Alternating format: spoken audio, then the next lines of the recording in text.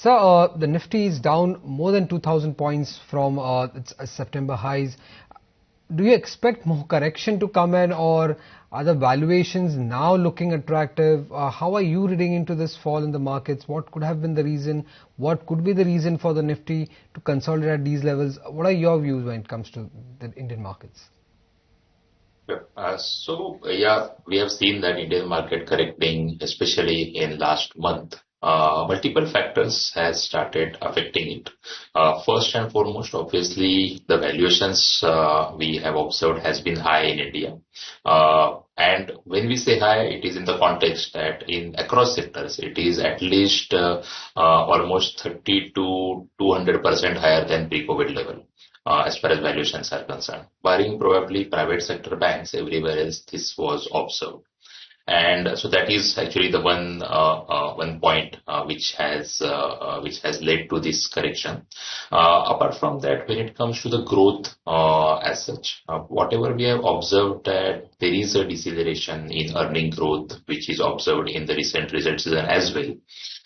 The extent of which and how long it will further lead to the earning cuts, that is also on the back of investors' mind, which has translated to this correction.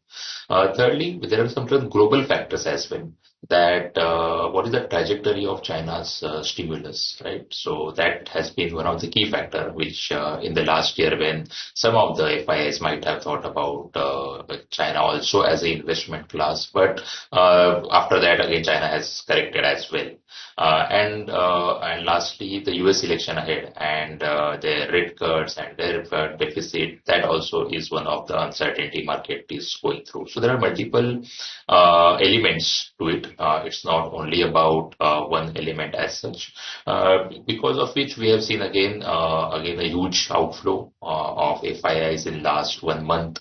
It is it is upwards of $15 billion, and that kind of outflow definitely would lead to this kind of correction.